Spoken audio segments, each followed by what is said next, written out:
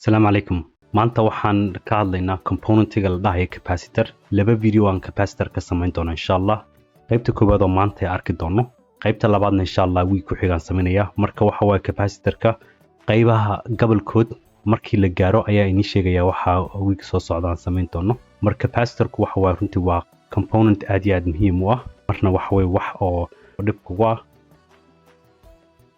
insha Allah waxyaalaha maanta fiirinayna waxa kamid ah calaamadaha capacitorka waxa kale oo kamid ah insha Allah capacitorka sida uu shaqeeyaan fiirinayna waxaan kala fiirinaynaa sida loo isticmaalo sida uu u shaqeeyo insha Allah week socda ayaan si fiican u sii guda galaynaa oo waxyaalo advanced ka fiirinayna waxaan kala fiirinaynaa capacitoryaashu noocyo badan ay leeyihiin marka noocyada gobolkooda ayaan fiirinaynaa oo waxaan isku daynaa inaan kor ahaan ka fiirino noocyada kala leeyihiin waxaan kale oo fiirinaynaa waxa la dhahay standard values marka capacitor soo gadanaysid suuqa ka soo gadanaysid kuwa laga helo waxa weeye number kasta aad u baahan tahay ma heli kartid ugu dambeysna waxaan ku soo afjari doonaa insha Allah simulation aan sameynayo mid sida loo charge gareynayo capacitorka iyo sida discharge loogu sameynayo kaasoo pulse-kaas aan isticmaali doono iyo AC oo aan fiirinayna sida wax loogu sifaysto marka capacitorka calaamadiisa aan ka bilowno calaamada koobaad waxa waaye waa kan aad u jeedin oo waxa la dhahaa non polarized macnaheedu waxa waaye capacitorka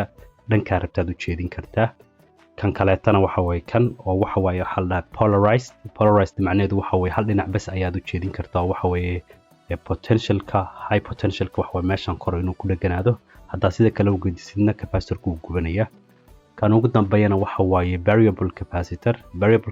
waxa waaye mid aad soo gadanaysid waxa waaye kuwan labadan kale hore soo aragnay qiimahooda waxa waaye waa mid oo aan la bedeli karin kan laakiin waxa waaye marka soo gadatid wuxuu leeyahay meel la wareejiyo qiimihiisa bedeli kartaa marka haddii aan fiirno capacitorka sida loo sameeyo capacitorku sidiisaba horta haddii mid fudud aan sudan inaan sameyno wuxuu ka kooban yahay laba bir oo la isdul saaray labada bir waxa waaye dhexdooda waxa gelinaysa wax la dhahayo isolating material mise dielectric materialkan waxa waaye material oo aan koronto qaadi karinin waxa waaye distance ay isku jiraan labada bir waxa waaye inta isku jiraan waxa u bixinayna da area-dana waxa waaye waa dhirirka lagu dhiftay balaca marka capacitorkana oo simple-ka aan sameynay haddaan niraano waxaan fiirinaynaa sida loo xisaabiyo wuxuu ka kooban yahay formula-kan inta u jeedin waxa waaye epsilon lagu dhiftay area-da marka loo qaybiyo inta labada bir isku jiraan ayaa capacitorka qiimihiisa noo soo baxaya capacitorka waxaa lagu cabiraa farad mase fa xarafkan oo meesha ku sawiran haddii aan fiirino xarafkan waxaa la yiraahdaa epsilon luqadda Greek-ga waxa way alfabetyaasha kamid ah waaye waxaa la yiraahdaa epsilon wuxuuna u taagan yahay wax la dhahayo permittivity mase dielectric constant permittivity-gan wuxuu wax ka sheegay sida dielectric materialkan inta gashatay sida uu u noqonayo polarized uu u noqon karo marka haddii oo aan epsilon-ka fiirino wuxuu ka kooban yahay asaguna epsilon ibr lagu dhiftay epsilon r marka epsilon ibr waxa waaye vacuum permittivity waxa kale oo loo yaqaana permittivity of free space kaasoo wuxuu sheegaya waxa waaye free space-ka haddii la tago waxa halkii mitirba intaasoo capacitor ayuu leeyahay waxaa soo haray epsilon r waxaa la yiraahdaa relative permittivity waxa waaye materialka inta aad ku isticmaashay oo wuxuu leeyahay permittivity qaasa marka haddii inta aan fiirino hadda kaba soo qaad PCB-gan aad u jeedin meeshan oo kan cagaarka waxyaalaha lagu dhagsado wuxuu leeyahay permittivity u dhaxaysa 4 ilaa 4.6 aduna waxa waaye area-da waa san hore u dhahnay dhirirka lagu dhiftay balaca da'duna waxa waaye labada bir inta isku jiraan capacitorku wuxuu qabtaa waxa waaye wuxuu kaydiyaa electric charge-ka uu capacitorku kaydiyay markii loo qaybiyo voltage-ka loo isticmaalo capacitorku markaas noo soo baxaysa charge-ka hadaan fiirino charge-ku wuxuu u taagan yahay I mise E lagu dhiftay ta waxa waaye E-du wuxuu u taagan tahay current mise qulqulka taadana wuxuu u taagan tahay time mise waqtiga marka haddii oo aan soo qaadano charge-ka formula-kiisan oo aan inta gelino formula-kii koobaad gelino kadibna waxa weeye aan fiirino qulqulka wuxuu u dhigmaa capacitorka marka lagu dhifto isbedelka voltage-ka loo qaybiyo isbedelka waqtiga hadda ayaan fiirina waxa laga wada waxaas marka horta kan xarafkani waxa way xaraf la too Greek waaye waxa la yiraahdaa deltana wuxuu muujinayaa wax isbedelaya marka haddii kaba soo qaad inta aan fiirino haddaad haysatid voltage saas ku bedelaya delta voltage wuxuu dhigmaa delta v wuxuu dhigmaa voltage meesha intuu iska bedelayo marka hadda delta v gan wuxuu dhigmaa 5 laga jaray 2 marka delta v wuxuu noqonayaa 3 volt waqti ahaan haddaan niraano delta t guna wuxuu dhigmaa waqtiga inta oo kaba soo qaad 3 markii laga jaro 1.5 intaasoo delta t ga uu dhigmaya markii la yiraahdo capacitorku wuxuu kaydiyaa charge-ka maxaa laga wadaa waxa laga wadaa hadda kaba soo qaad meeshan saad uga jeedin waxaan haysanaa supply of 5 volt haya capacitorkuna waxa waa eber volt oo macnaheedu waxa waa faaruq markaan switchkan aan ku dhijino meesha capacitorku wuu buuxsamayaa markuu buuxsamo kadib oo haddana switchkii furno waxa dhacaya capacitorku wuxuu noo haynayaa voltage-kii laakiinse capacitorkan waxa way ideal capacitor waaye macnaheedu waxa laga wadaa perfect capacitor waaye oo wax way gudihiisa asagu smart discharge kuma samaynayo marka week soo socdaan insha Allah arki doonaana waxa laga wado waxaas si capacitorka sida loo isticmaalo saan u fahanno waxaan u baahanahay marka DC voltage lagu isticmaalayo iyo marka AC voltage lagu isticmaalo sida capacitorku waxyaaluhu kala dhigmo marka haddaan ka bilowno DC voltage na waxa laga wadaa marka frequency-gaaga uu la mid yahay eber marka waxaan fiirinaynaa hadda markii oo capacitorka buuxinayno mase charge ku samaynayno hadda waxaan arkaynaa battery baan isticmaalaynaa switchkan markaan xirno isla markaas capacitorka wuxuu bilaabayaa inuu buuxsamo marka hadda arkaynaa switchkii baan xirnay switchkii markaan xirno capacitorka wuxuu bilaabayaa hore inuu ka buuxsamo marka haddii aan dhahno waqtiga eber la dhaho oo aan switchkii xirnay voltage-ka capacitorka haddaan fiirino waxa waaye 0 waaye maadaama capacitorku uu faaruq ahaa haddii aan fiirino qulqulka meeshaan marayana maadaama inta eber ay tahay waxa way riixda dhan waxay ku dul dhacaysaa resistorkan mise cadaadiskan marka sidaas darteeda qulqulka inta dhex maraya waxa waaye v0 markii loo qaybiyo ra oo waxa way kaas wax ohms law caadi ah oo kaas aan wigi horeetana aan ka hadlay videoga aan uga hadlay kaasna inta ayaan idinka tusin doonaa voltage-ka capacitorka wuxuu bilaabayaa inuu buuxsamo marka sida uu u buuxsamayo waxa way formulkan ayaa lagu sharaxayaa formulkan wuxuu leeyahay voltage-kan DC-ga la dhahayo oo inta ku isticmaalna V0 la dhahayo markii hal laga jaro E oo loo qaaday ta oo waqtiga markii loo qaybiyo tawna waxa way waasna waa xaraf kale too Greek kaasoo waxa way time constant kan lagu xisaabiyo markaas wuxuu taagan yahay markii ra lagu dhifto si mase a lagu dhifto waqtigana waxa way waqtiga capacitorka ee ku qaadanayso inuu buuxsamo 63% iidan haddaan fiirino wuxuu u taagan yahay Euler's number Eulerna waxa way nin waay magaciis okay haddii aan dhahno iidan markii loo qaado hal waxa way constant waaye oo wuxuu numberkan u dhigmo marka haddaan fiirino sida capacitorku u buuxsamayo waxaan niraana waqtiga eber markuu marayo capacitorku waxa way 0 volt waaye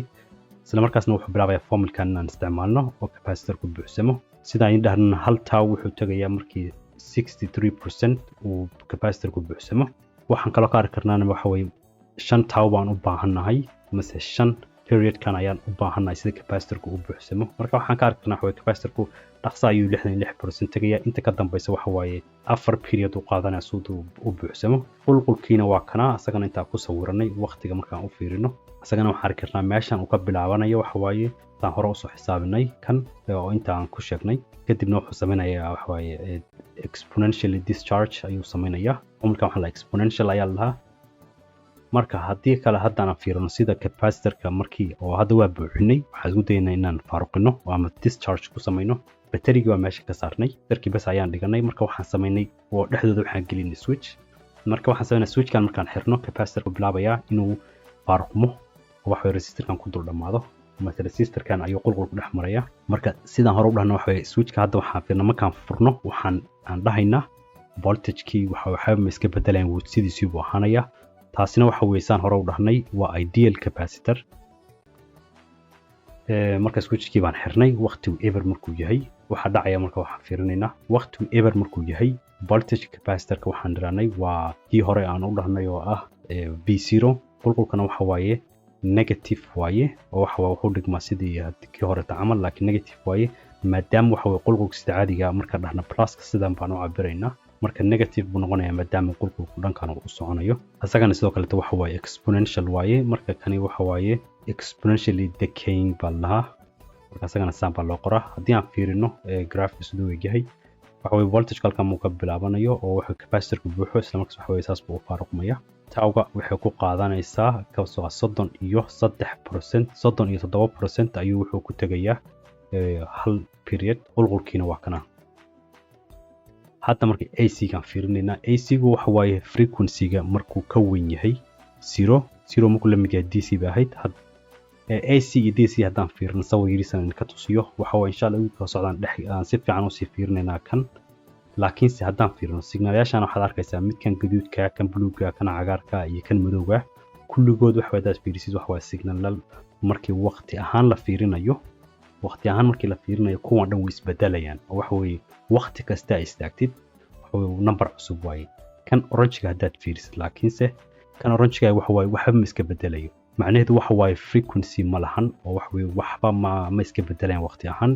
sidaas darteeda asagu waa DC kuwan kale tan waxa way AC waaye marka hadii kale inta aan fiirno frequency spectrum waxa la aan fiirinana waxa way kan DC ga dad fiirisin wuxuu taagan yahay 0 Hz kan gaduudkaahi maadaama waxa way 1 kHz oo frequency kiisu yahay aan arkaynaa 1 kHz inuu leeyahay toonkiisu taagan yahay kan kale ta blue ga sida asaga waxa way laba waaye marka AC ga marka laga hadlayo kuwan baa laga hadlaya kan DC ga waa soo fiirinay oo waxa way hal mar ayaan waxa way charge iyo discharge ku sameynayna wax kale iska bedelayaan haddii circuitkan aan isticmaalno aan dhahno waxa weeye voltage kan baan haysanaa DC component iyo AC component labadaba wuu yeelan karaa marka voltage kan uu DC uu yahay waxaan dhahaynaa waxa weeye capacitorku wuxuu u dhigmayaa open circuit macnaheedu waxa waaye qulqul inta ma dhex marayo mise qulqulka inta dhex maraya waxa waaye aad iyo aad u yar yahay wax la sheegi kara maahan marka sidaas darteeda waxaan dhahaynaa wuxuu u dhigmaa open AC ga markaan ku isticmaalnana wuxuu u dhigmayaa cadaadis kaleeto marka cadaadiskanina wuxuu ku xiran yahay frequency-ga marka waxa way frequency kasta oo aad ku isticmaashid cadaadis cusub ayuu yeelanayaa hadda marka haddaan fiirno capacitor-ka sida loo isticmaalo laba si baa loo kala isticmaalaa mid ah inuu kaydiyo tamarta iyo in lagu sameeyo filtration waxa la dhahayo mise sifayn marka haddaan fiirno sida marka kaydinta laga hadlayo waxa laga wadaa kaydinta qulqul badan marka dhaqsamka loo baahan yahay capacitor-ka ayaa ku caawinaya oo waxa waaye supply-gaaga hadduusan qasab badnayn kan kaleetana waxa la isticmaalaa waxa la decoupling kaas oo loogu talagalay markii shanqaraha oo amase waxyaalaha oo rebelka la dhahayo power supply-ga artina ka sifaysid kan kaleeto la dhahay AC couple iyo DC couple oo isku midkii ah oo waxa waaye loogu talagalay in uu DC voltage-ka uu ka celiyo marka AC kaliya uu meesha u soo reebatid kan ugu dambeeyo ah filterka caadiga oo waxa weeye si oo loogu talagalay frequency-yaasha aadan rabinin ka sifaynaya haddii aan fiirno hadda inta markaan fiirno hadda inta waxaan haysanaa circuit dimension sa ujeedin oo la dhaho LDO marka LDO gan waxa waaye wuxuu sameynaa voltage sare ayuu qaadanayaa hoos ayuu dhigayaa marka inta capacitor aan ku isticmaalayna intana capacitor marka waxaan leenahay capacitor kan uu isticmaalayo capacitor yar waaye kanina capacitor kan waxa waaye capacitor aan ugu talagalnaa asaga u sameeyo wax la stabilization qulqulkiistaan fiirino qulqulkan markuu inta maray macnaheedu wuxuu qulqulka uu u baahan yahay ayuu yaraynayaa waxa uu qulqul yar u baahnaanayaa kadib waxa uu meeshiisa ku soo noqonayaa haddana qulqul saayid u baahnaanayaa saas wuu ku soconayaa haddii aan fiirino marka voltage-ka meeshan markii qulqulku yaraado voltage kor buu u kacayaa markii qulqulka uu badan uu u baahan yahay load-kani waxa voltage-ku u dhacayaa capacitor kale tan ku darnay waxa labada capacitor baan kor u qaadnay capacitor-yaashan waxa u shaqeynayaan sidii battery camal oo wax weeye qulqulka dhaqsaha ayaa ka caawinaya marka hadda waxyar sawirka waxaan sameeyay mid oo wax yariisa wali aan la soo harsan yahay laakiinse capacitor-ka ayaa kor loo sii qaadi karaa marka rebelkan zaidka ayuu ka yareynaya oo waxa waaye maadaama LDO-gani uusan dhaqso badnayn oo waxyaalahan dhaqso oo qulqulka dafaya uusan la socon karinin kuwan ayaa ku caawinaya markaasina wuxuu ahaa kaydinta tamarta mise energy storage asaga oo aad ka isticmaalaysid waxaa soo haray waxaan lahay decoupling waxaa kaba soo qaad waxaan isticmaalaynaa IC-gaan isticmaalaynaa iyo kan kaleeto waxa waaye si aan ayaka u hubsano voltage-ka ay helayaan uu shanqar badan lahayn waxaan isticmaalayna waxaan lahay decoupling decoupling macnaheedu waxa waaye haddii aad meeshaan fiirisid waxaad arkaysaa markii kuwaan isticmaalno oo waxay waxyaalaha voltagekan saa'idka ee naga caawiyaan waxa soo haraya waxa waaye shanqaraha yariiskana marka waxa way kuwan ayaa ku isticmaali karnaa oo waxa way decoupling capacitor aan isticmaalayna aad iyo aad aan ugu dhaweynayna componentiga aan u baahannahay inuu caawiyo kana sidoo kale waxa way decoupling ayuu noqonayaa maadaama waxa way supply-ga dhankan kale jira waxa way aanan ogeyn shanqarta uu leeyahay marka waxa way kan ayaa asana caawinaya si aan u helno constant 5 volt kana waxa way decoupling waa kana intana sidoo kale marka kii ugu dambeeyay haddaan fiirino dhahay AC coupled mise DC coupled wada waxa way waxaan isticmaalaynaa circuit kan isticmaalaynaa macnaheedu ma circuit inaan fiirino waxa sidoo u shaqeynayo muhiimku waxa way capacitor-yaasha inaan kala ogaano kan blue-ga waxa way decoupling mise DC blocking capacitor inta waxaan leenahay waxa waaye circuit kaleeto aad isticmaalaysay oo signalkan ku siinayay laakiin signalka uu ku siinayo waxa laga yaabaa inuu leeyahay wax la hayo biasing mise DC component uu leeyahay intana waxa waaye DC component kale adigu aad leedahay marka labadooda si aad u kala difaacdid mise labadooda si aad u kala qarisid DC ahaan kan ayaa loo dhaxmarsiiya capacitor-kana saa u jeedin waxa waaye wuxuu dhigmaa meel oo go'an oo macnaheedu waxa waaye haddaytan waxa hore u nidhaahno capacitor-ka markii DC la fiiriyo waxay u dhigmataa open circuit macnaheedu waxa DC ahaan labada meel iskuma dhegana laakiin AC ahaan uu isku dhagan yihiin waxa way resistor-giisu inta u dhigmaya sidoo kale intaas sidii baan u isticmaalnaa haddana mar kaleeto waxa waaye DC voltage-kan iyo DC voltage-kan ayaan kala goynaynaa oo waxaan sameynaa waxa kana u dhaxaysin marka AC signal-kii oo aan inta ku samaysan amplification inta ayaan ka helinaa ka bacda marka la amplification ku samaysanna ugu dambaysna load-ka aan isticmaalayno waxa laga yaabaa DC voltage inuusan xamili karinin sidaas darteed waxaan sameynaynaa capacitor kale taan isticmaalaynaa kuwaana waxa way decoupling ayaanu isticmaalaynaa kan batteriga aan decoupling aan u dhigayna meesha iyo meelahan oo waxa way aan ugu talagalnay AC signalkaas saidka soo haray maadaama dhan resistor boarding ma macnaheedu waxa way AC-ga inta ku daadanaya ugu dambaysna waxay ahayd kan filtration-kii mase sifaynta marka inta waxaan ka arkaynaa waxa la dhahay low pass filter-kana waxa way saa inta aan sawray daciif buu noqonayaa meesha frequency-yaasha sareeya laakiin intaan waa haysanaysaa marka waxa way meeshan waxa la dhahaa cut off frequency marka cut off frequency-guna waxa way labadan ee ku xiran yahay weyninkooda kana waxa way high pass filter waxa la dhahayo high frequency ayaa deysanaysaa low frequency-na waa jaraysaa haddii aan fiirino noocyasha kala geedisan oo capacitor-ka waxa capacitor-ka horta marka hore laba qayb aan u kala qaybinaa sida hore simple-yaasha ugu aragnay non polarizing capacitors iyo polarizing capacitors marka non polarizing waxa way noocyadan bay noqon karaan iyo noocyo kaleeto waxa way dhanka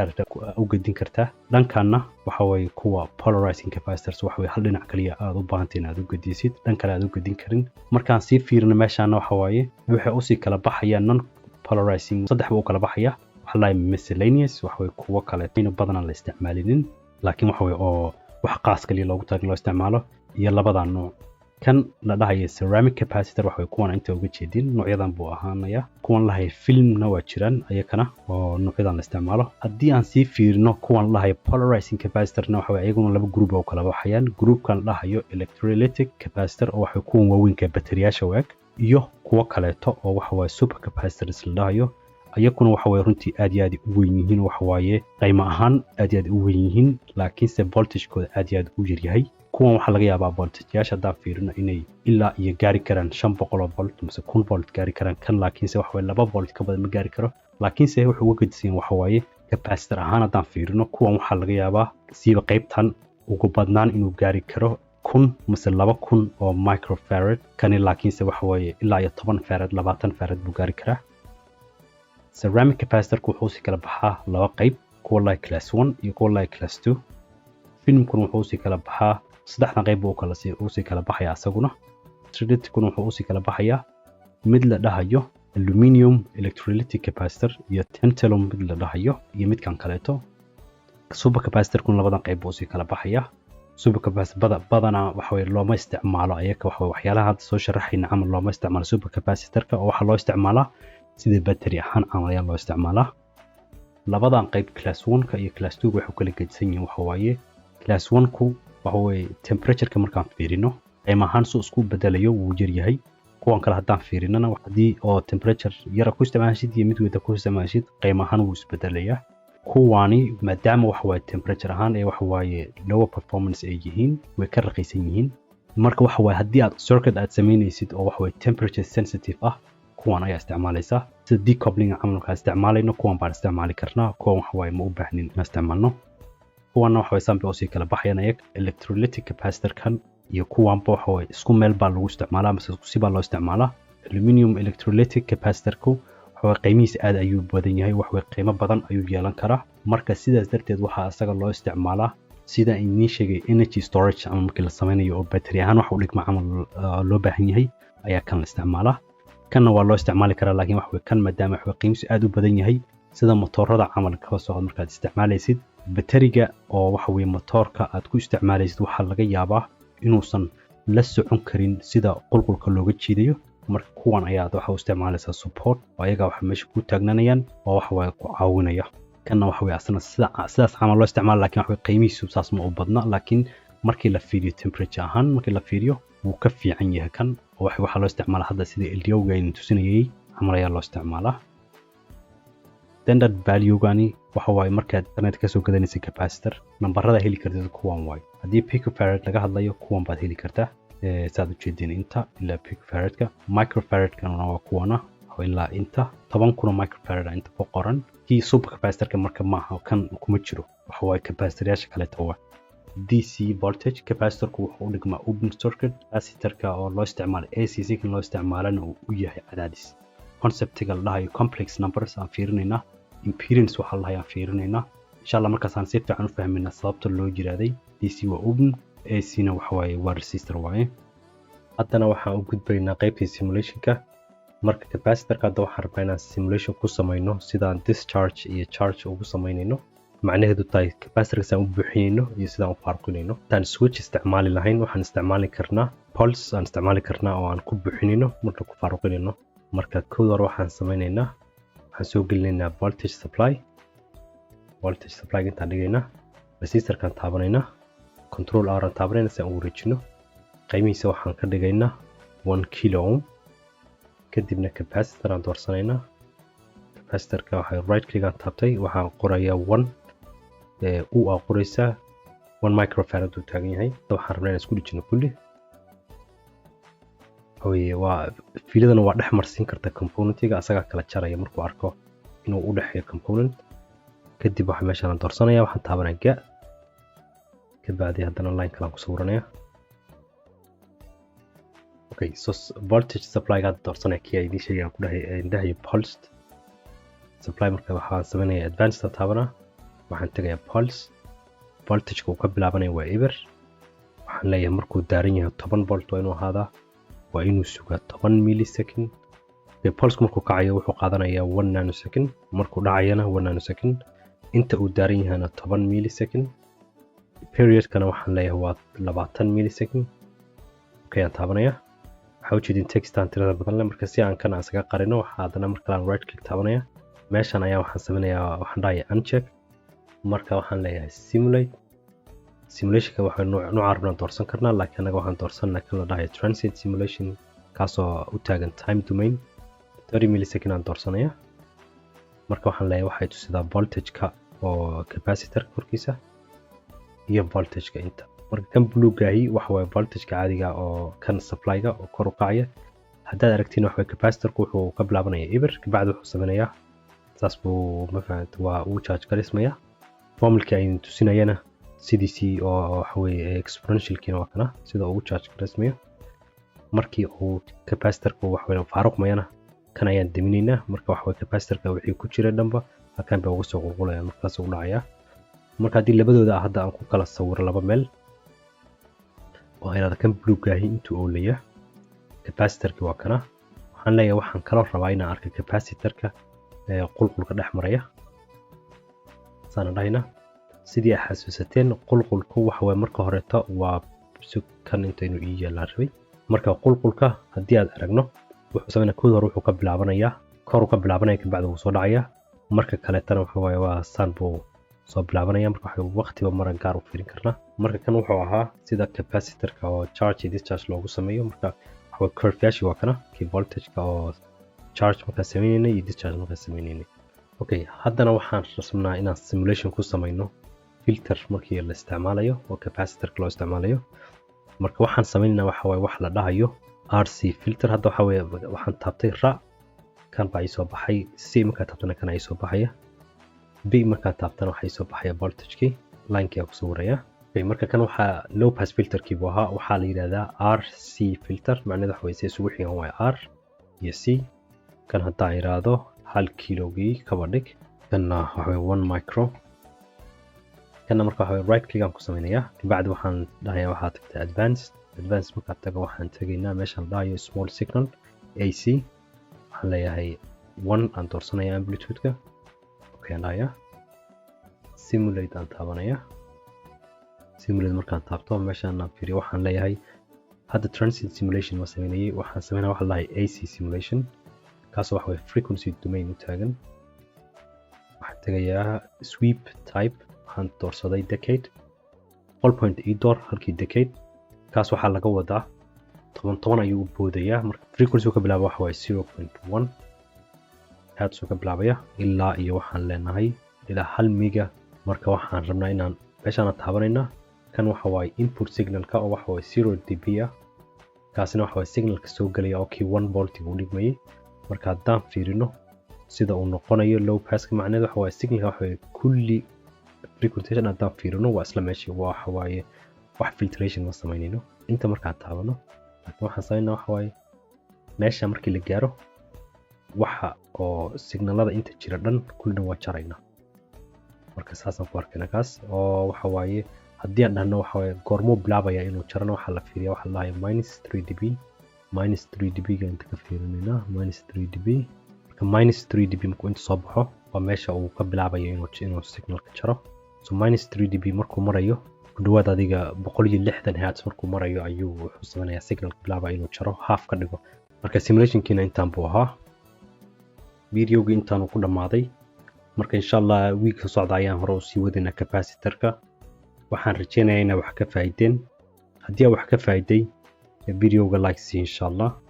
subscribe na samee si aad ula socoto marka dambe wax soo geliyo waa ku mahadsantihiin assalaamu calaykum